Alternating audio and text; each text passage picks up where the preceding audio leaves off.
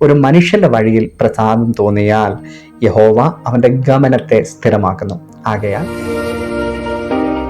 ഇരുൾ അടഞ്ഞ വഴികളിൽ തിരുനാളമാകുവാൻ ഇന്നത്തെ ചിന്ത.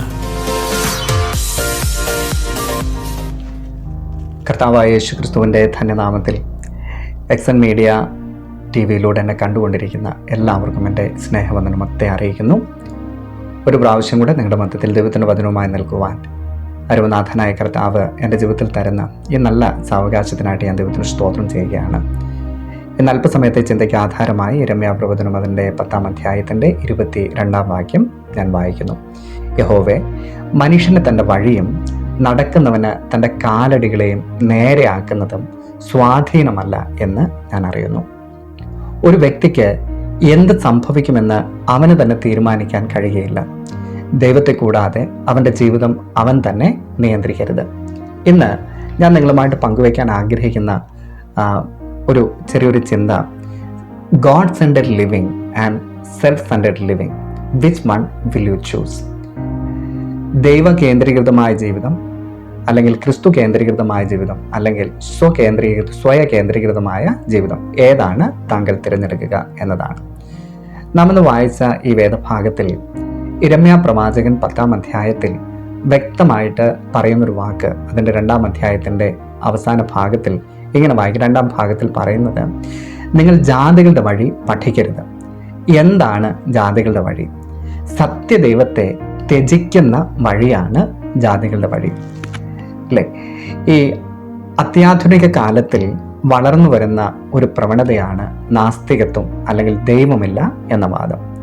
നമുക്കറിയാം, പല യുവജനങ്ങളും പലരും ഈ ഒരു നാസ്തികവാദത്തിന് അടിപ്പെട്ടവരാണ് എന്നുള്ള കാര്യം നമുക്കെല്ലാവർക്കും അറിയാം. ദൈവിക അസ്തിത്വത്തെ ചോദ്യം ചെയ്യുന്ന, സയൻസ് മാത്രമാണ് ശരിയെന്ന് പറയുന്ന, മനുഷ്യബുദ്ധിയാണ് എല്ലാത്തിനും വലുതെന്ന് പറയുന്ന, മനുഷ്യൻ്റെ കഴിവാണ് എല്ലാത്തിലും ശ്രേഷ്ഠമെന്ന് കരുതുന്ന ഒരു വിഭാഗക്കാരാണ് ഇവർ. അവരുടെ ചിന്തയിൽ പലപ്പോഴും ദൈവത്തിന് യാതൊരു പ്രാധാന്യവുമില്ല. കാരണം അവർക്ക് ദൈവത്തെ മനസ്സിലാക്കുവാൻ കഴിയാതെ പോകുന്നത് കൊണ്ട് അവരുടെ അസ്തിത്വമാണ് അല്ലെങ്കിൽ സ്വന്തമായിട്ട് ചിന്തിക്കുന്നത് പോലെയാണ് കാര്യങ്ങൾ നടക്കേണ്ടത് എന്ന ചിന്തയിൽ നടക്കുന്ന ഒരു കൂട്ടത്തെ നമുക്ക് കാണുവാനായിട്ട് കഴിയും. ഇതിൻ്റെ പരിണിത ഫലം എന്തൊക്കെയാണ്? നമുക്കറിയാം, നമ്മുടെ സമൂഹത്തിനകത്തേക്ക് നാം ഒന്ന് തിരിഞ്ഞു നോക്കുമ്പോൾ ധാർമ്മിക മൂല്യം അല്ലെങ്കിൽ ദൈവിക മൂല്യം ഇല്ലാതെ പോകുന്നത് കൊണ്ട് സംഭവിക്കുന്ന കാര്യങ്ങൾ വളരെ ഭയാനകമായ കാര്യങ്ങളാണ്. ബന്ധങ്ങൾക്ക് സ്ഥാനമില്ലാതെ, ലോ ആൻഡ് ഓർഡറിന് സ്ഥാനമില്ലാതെ, അല്ലെങ്കിൽ ജീവിതത്തിൽ മൂല്യമേറിയ പലതിനും സ്ഥാനമില്ലാതെ എന്ത് സംഭവിക്കുന്നു? പല രീതിയിലുള്ള അക്രമങ്ങളും അനീതിയും ഒക്കെ സംഭവിക്കുന്നത് നമുക്ക് കാണുവാനായിട്ട് കഴിയും. നാം ശരിക്കൊന്ന് പരിശോധിച്ച് നോക്കിയാൽ ഇതിൻ്റെ ഒക്കെ പുറകിലെ പ്രധാനപ്പെട്ട കാരണം ഇവരുടെ ഹൃദയത്തിനകത്ത് ദൈവിക മൂല്യം ഇല്ല എന്നുള്ളത് തന്നെയാണ്, അല്ലേ? അതുകൊണ്ട് തന്നെ സമൂഹത്തിനകത്ത് യുവജനങ്ങളുടെ ഇടയിലാണെങ്കിലും മറ്റു വ്യക്തി ജീവിതങ്ങളുടെ ഇടയിലാണെങ്കിലും സമൂഹം തെറ്റെന്ന് കരുതുന്ന പലതും തെറ്റല്ലാതെ മാറിപ്പോകുന്ന അനുഭവങ്ങൾ നമുക്ക് കാണുവാനായിട്ട് കഴിയും. ഒന്ന് തിരിഞ്ഞു നോക്കിയാൽ, നമ്മുടെ ചുറ്റുപാടുകളിലേക്ക് നോക്കിയാൽ, പാവനമായി കാണുന്ന കുടുംബജീവിതത്തെ പോലും, പാവനമായി കാണുന്ന മാതാപിതാക്കൾ അല്ലെങ്കിൽ സഹോദര ബന്ധങ്ങളെ പോലും അതുപോലെ മനസ്സിലാക്കാൻ കഴിയാതെ തിന്മ പ്രവൃത്തികളിലേക്ക് പോകുന്ന ഒരുപാട് പേരെ നമുക്ക് കാണുവാനായിട്ട് കഴിയും. അവരുടെ ജീവിതങ്ങളൊന്ന് ശരിക്കൊന്ന് പരിശോധിച്ച് നോക്കിയാൽ അതിൻ്റെ പരിണിത ഫലം എന്ന് പറയുന്നത് മറ്റൊന്നുമല്ല, മൂല്യശോഷണവും അരാജകത്വവും മാത്രമാണ്. ഇങ്ങനെയുള്ള വ്യക്തികളെ നാം ശരിക്ക് ആഴമായിട്ട് പരിശോധിച്ച് നോക്കിയാൽ അവരുടെ ഹൃദയത്തിനകത്ത് നിരാശയുണ്ട്, ശൂന്യതയുണ്ട്, സ്വസ്ഥതയില്ല, അല്ലേ?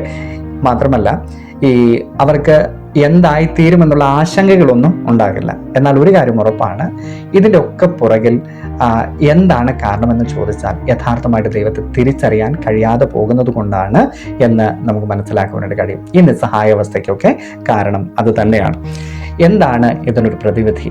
പ്രവാചകൻ പറയുന്നത് പോലെ ദൈവമുണ്ടെന്നുള്ള തിരിച്ചറിവ്, സകലത്തെയും നിയന്ത്രിക്കുന്നത് ഈ സർവശക്തനായ ദൈവമാണെന്നുള്ള തിരിച്ചറിവിലേക്ക് അവർ വരിക എന്നുള്ളതാണ് ഏറ്റവും വലിയ ഏറ്റവും പ്രധാനപ്പെട്ട ഒരു ഉപാധി അല്ലെങ്കിൽ ഒരു മാർഗം എന്ന് പറയുന്നത്.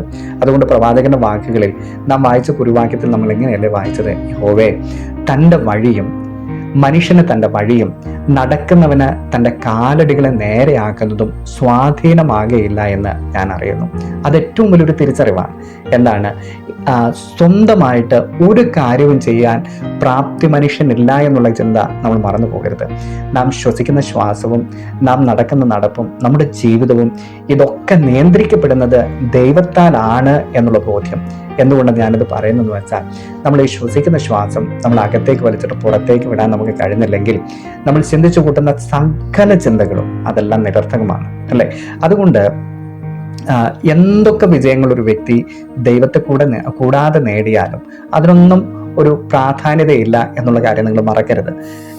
കാരണം എന്താണെന്ന് വെച്ചിട്ടുണ്ടെങ്കിൽ, അതുകൊണ്ട് വളരെ പ്രധാനപ്പെട്ട അതിൻ്റെ കാരണം എന്താണെന്ന് വെച്ചാൽ ദൈവത്തിൻ്റെ പ്രസാദം അവനിൽ ഇല്ലാത്തത് കൊണ്ട് തന്നെയാണ്. ഇതിന് ആധാരമായിട്ടൊരു കാര്യം നമ്മളോട് തന്നെ ചോദിക്കേണ്ടത് ആവശ്യമാണ്. എന്തെന്നറിയാമോ? ഞാൻ ഒരു സെൽഫ് സെൻറ്റേർഡ് ലൈഫാണോ നയിക്കുന്നത്, അതോ ഗോഡ് സെൻറ്റേർഡ് അല്ലെങ്കിൽ ക്രിസ്തു കേന്ദ്രീകൃതമായ ജീവിതമാണോ നയിക്കുന്നത്? കർത്താവിൻ്റെ വാക്കുകൾ നമ്മൾ ശ്രദ്ധിച്ചു നോക്കിയാൽ കർത്താവ് നമ്മളോട് ചോദിക്കുന്ന ചോദ്യം ഇതാണ്: ഒരു മനുഷ്യൻ സർവ്വ ലോകവും നേടിയിട്ടും തൻ്റെ ആത്മാവിനെ നഷ്ടമാക്കിയാൽ അവൻ എന്ത് പ്രയോജനം? നമുക്ക് നമ്മുടെ സ്വന്തം പ്രയത്നം കൊണ്ട് എല്ലാം നേടാൻ കഴിയും, എന്ത് വേണമെങ്കിലും ചെയ്യാൻ കഴിയും. പക്ഷേ തൻ്റെ ആത്മാവ് അത് വിലയേറിയതാണ്, അത് നൽകിയത് ദൈവമാണ്.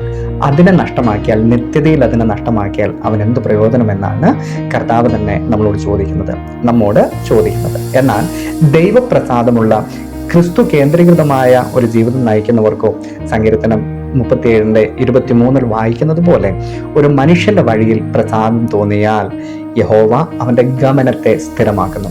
ആകയാൽ ജാതികളുടെ വഴി പഠിക്കാതെ സത്യദൈവത്തെ ത്യജിക്കുന്ന നാസ്തികത്വം പോലെയുള്ള ആ കാര്യങ്ങളിൽ അടിപ്പെടാതെ ദൈവത്തെ യഥാർത്ഥമായി തിരിച്ചറിഞ്ഞ് സകലത്തെയും നിയന്ത്രിക്കാനും നമ്മുടെ ഉള്ള അവസ്ഥകൾ ഉള്ളതുപോലെ മനസ്സിലാക്കുവാനും കഴിയുന്ന, നമ്മെ നിത്യത വരെ കൊണ്ടെത്തിക്കുവാൻ കഴിയുന്ന ആ കർത്താവിൻ്റെ സ്നേഹം മനസ്സിലാക്കി ത്രിയേക ദൈവത്തിൻ്റെ കരുണ അതിൽ ആശ്രയിച്ച് മുന്നോട്ട് പോകുവാൻ സർവശക്തനായ ദൈവം എല്ലാ ശ്രോതാക്കളെയും സഹായിക്കട്ടെ. യഥാർത്ഥമായി ദൈവത്തെ മനസ്സിലാക്കുന്ന ഹൃദയം എല്ലാവർക്കും കർത്താവ് നൽകട്ടെ എന്നുള്ള പ്രാർത്ഥനയോടെ എൻ്റെ വാക്കുകളെ ഞാൻ ചുരുക്കുന്നു. ദൈവം എല്ലാവരെയും അനുഗ്രഹിക്കുമാറാകട്ടെ.